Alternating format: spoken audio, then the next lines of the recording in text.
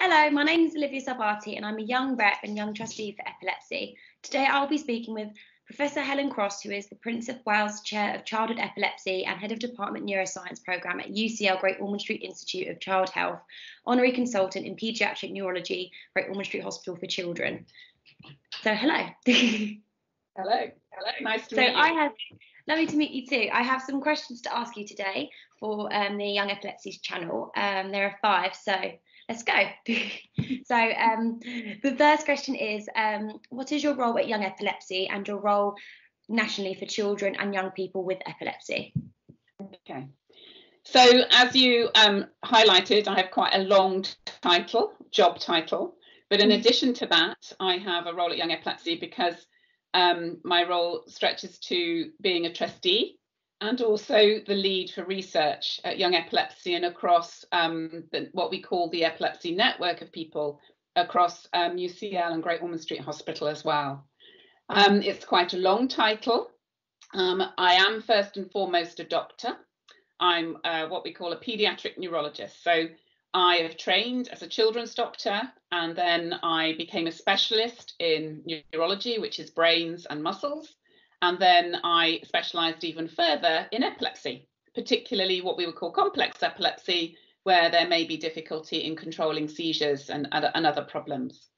But alongside that, I have done a lot of research, and that means not in a laboratory, but in clinical research, finding out about new drugs, new treatments, new ways of looking at causes of epilepsy.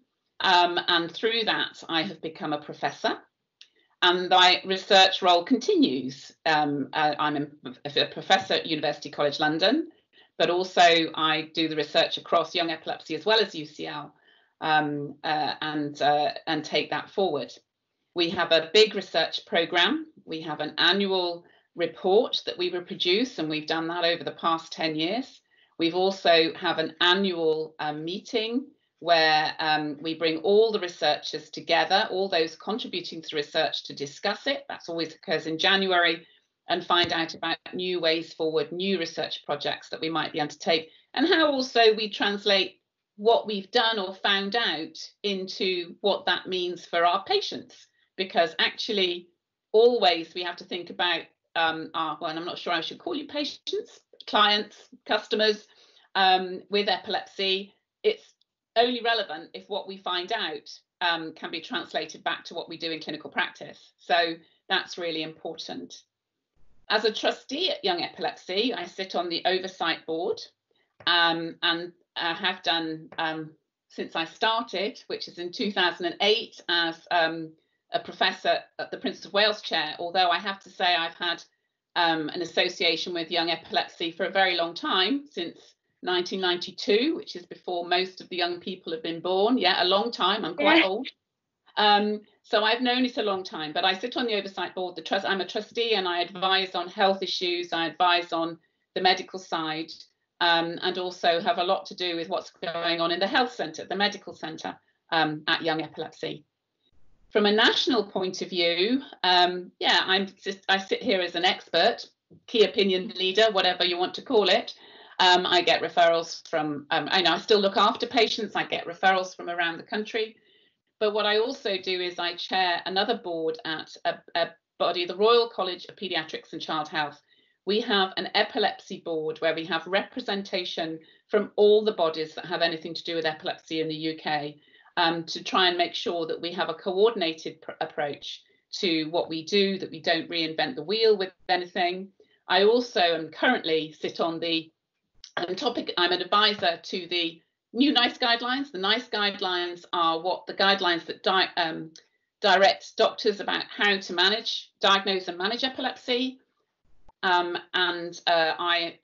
redoing those, and I'm topic advisor to that. So there's quite a lot going on. Very busy then. Well, yeah, it's for people like you that when I go and see my neurologist, I can say I'm having uncontrolled seizures, and because of your amazing research, I have lots of sort of answers, and it's trial and error, but you get there in the end. So thank you. Okay. And leads us to our second question. So what is ILEA and what does it aim to do? Okay. The ILEA, those are initials that stand for the International League Against Epilepsy. And everyone who listens to that said, well, what's that? It's a very old name. It's a very old-fashioned name, but it's an organization that brings together professionals, so doctors, nurses, and other people who are employed to look after people with epilepsy around the world. It is an organization that's now 111 years old. It was formed in 1909. And although it started as an organization of a very few countries, I think there's about 10 countries to start with, and they had annual meetings and they developed a journal, it is now an organization of 122 countries around the world. So 122 countries are members of this, and in each country there are lots of individual members of the organization, doctors, nurses, other professionals working with those with epilepsy. And what we try to do is coordinate key opinion, coordinate standards that should be brought, we organise congresses, although the way those may happen now following the situation may be different.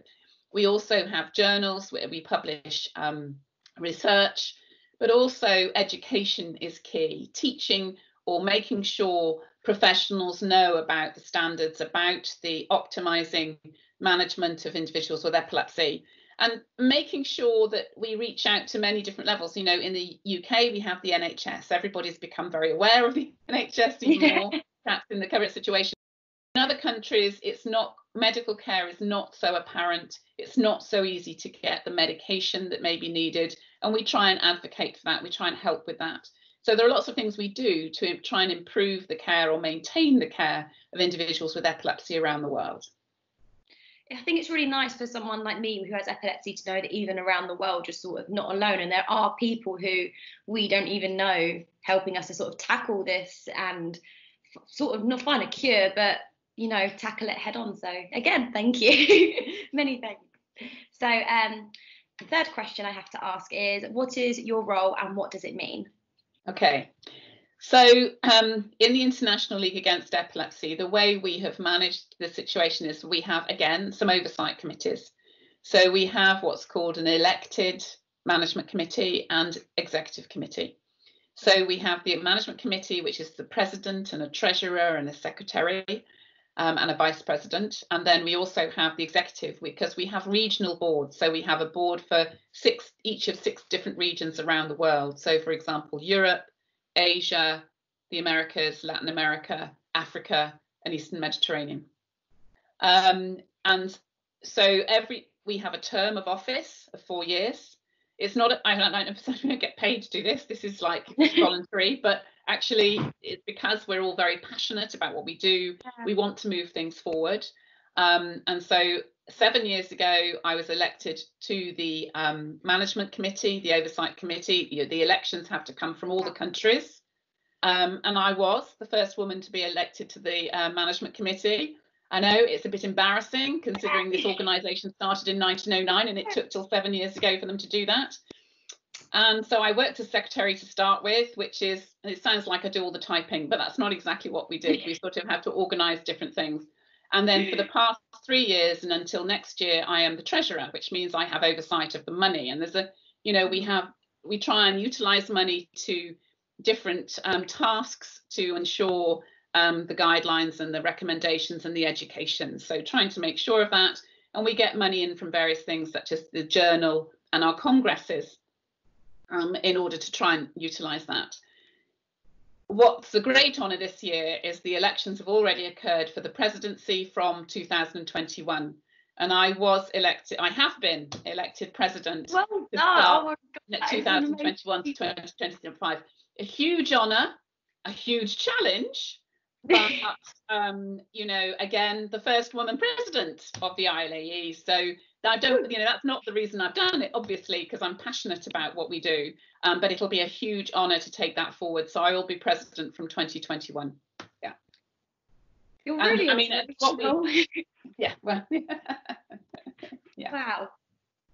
It's incredible to sort of listen to what you do, because even though we're sort of like, as an epileptic person, a lot of the time we're sort of at home recovering, and you sort of, especially as a first woman, we have people like you sort of, it's almost really inspiring to us, because it is sort of this community and this network, and we can sort of look up to. So like even some of epilepsy, you can go as we can we might not be able to be nurses or whatever because of like how sleep causes seizures, but we can go into so many different avenues, like you for instance, and it is really inspirational. So yeah. And this leads me to my fourth question. What are your ambitions during your time as ILEA, as the chair / president? Yeah.